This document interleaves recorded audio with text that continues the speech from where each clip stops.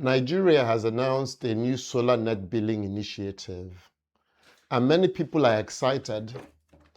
The headline sounds beautiful. Install solar, use what you need, send the excess to the grid, and get paid or credited.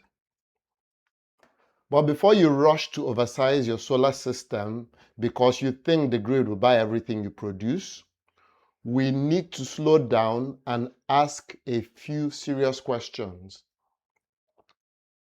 Is this really net metering? Who qualifies? Will residential customers benefit? Is Nigeria's grid technically ready to accept power flowing both ways? And most importantly, is this the solution to Nigeria's electricity problem or just one piece of a much bigger puzzle? This is Dr. Solar coming to you from Lagos, Nigeria. Let's break it down. Before we get into this, let me ask you for a quick favor. Almost 90% of the people who watch this channel are not subscribed. If you are one of them, please hit the subscribe button now. This channel is where we discuss solar, batteries, diesel costs, Nigeria's power sector, and the real engineering behind energy independence. Subscribing helps the channel grow, and it helps YouTube show this information to more Nigerians who need to understand what is really happening in the power sector. So please subscribe, like the video, and let's get into it. What is net metering? Net metering is a system where a solar customer can export excess electricity to the grid and receive credit against the electricity they consume later. So during the day, when your solar panels are producing more than your building is using, the extra energy goes into the grid.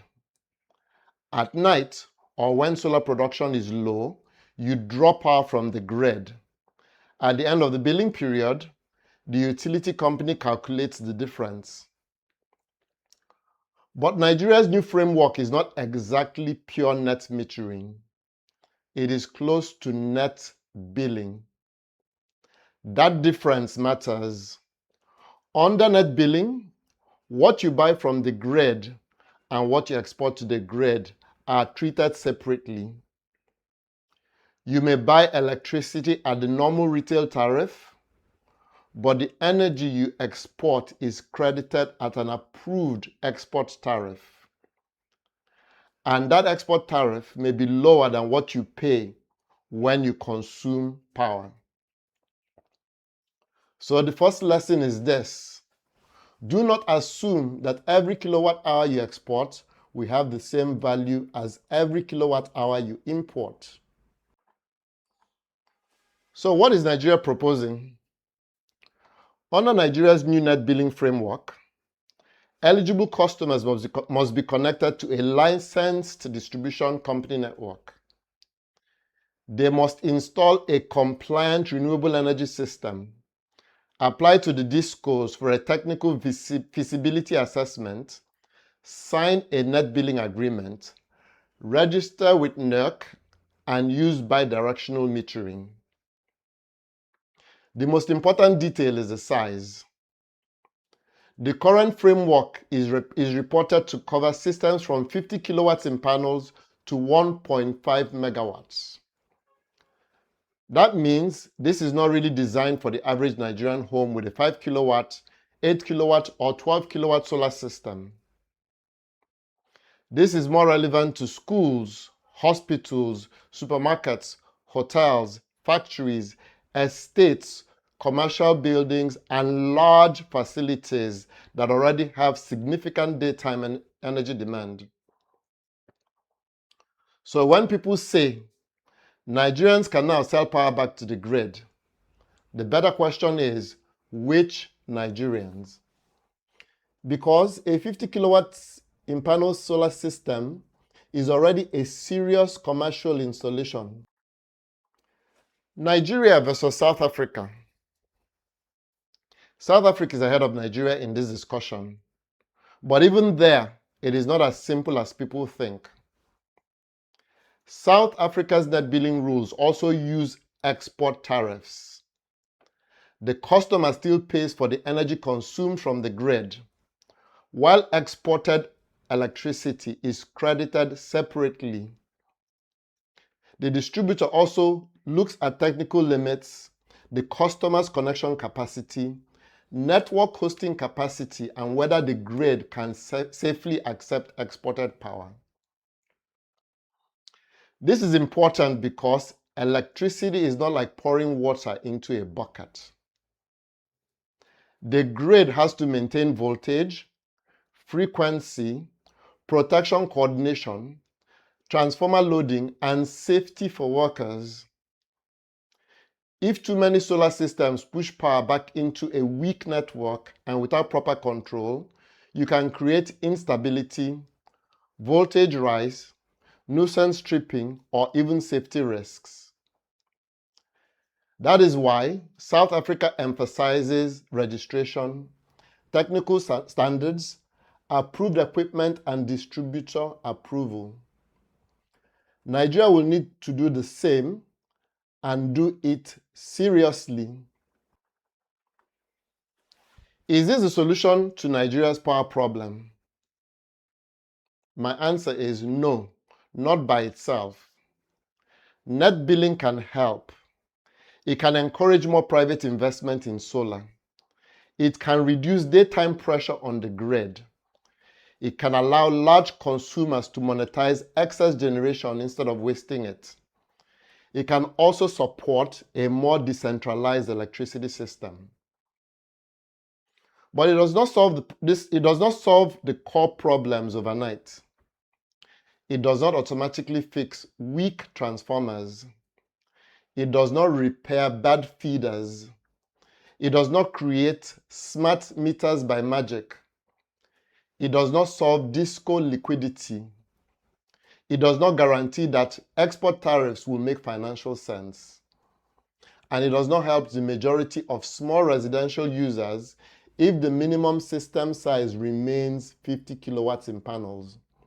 So net billing is a tool. It is not a miracle. Is Nigeria's grid smart enough? This is where we must be honest.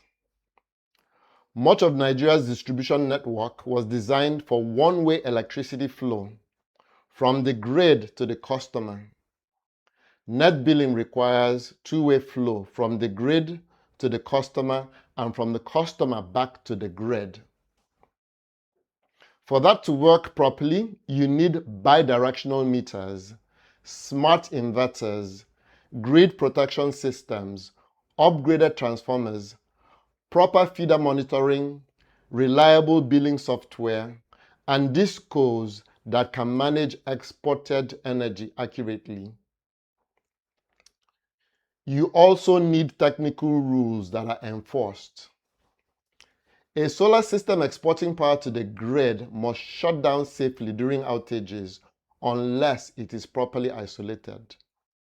Otherwise, it can backfeed into lines and endanger technicians working on what they believe is a dead network. This is not just a billing issue, it is an engineering issue. So who should take advantage now? The best candidates are large daytime consumers.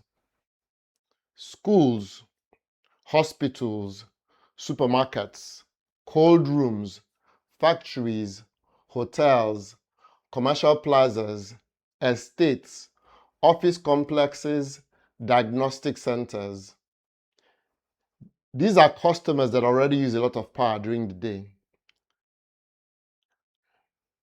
Can justify 50 kilowatts in panels and above, and may sometimes produce more solar than they consume during certain periods.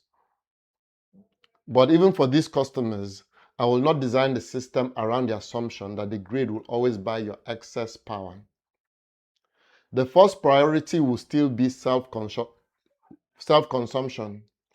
Use your solar power directly, reduce diesel, reduce grid purchases, use batteries intelligently, then treat export credit as an additional benefit, not the foundation of the business case. What should Nigeria do next? For this policy to work, Nigeria needs more than announcements. We need smart meters and reliable billing systems. We need DISCOs to publish clear application procedures. We need standard net billing agreements. We need transparent export tariffs. We need feeder-level technical studies. We need transformer upgrades. We need smart inverters with proper anti-islanding protection. We need clear safety enforcement by regulators and technical agencies. We need pilot programs in industrial clusters, estates, and high-quality feeders before mass rollout. More importantly, customers need honest system design. Do not oversize the solar system just because you heard you can sell solar power to the grid. First, understand your load profile, your daytime consumption, your phase balance, your transformer, your DISCO requirements, your export tariff, and your battery strategy. So is Nigeria's net billing initiative a good idea? Yes. Is it the solution to Nigeria's electricity problem? No, not by itself. It is a step in the right direction, but the real work is in the implementation. The grid must become smarter, the meters more accurate, the tariffs must be fair, the DISCOs must be ready, and solar systems must be professionally designed and safely connected. In Nigeria, the future of power will not come from one single policy. It will come from a combination of solar, storage, smarter grids, better regulation, private investment, and serious engineering. If you are a business owner, school, hospital, hotel, factory, or estate thinking about solar, do not just ask, can I sell power back to the grid? Ask the better question, how do I design a system that gives me energy security first and export value second? This is Dr. Solar.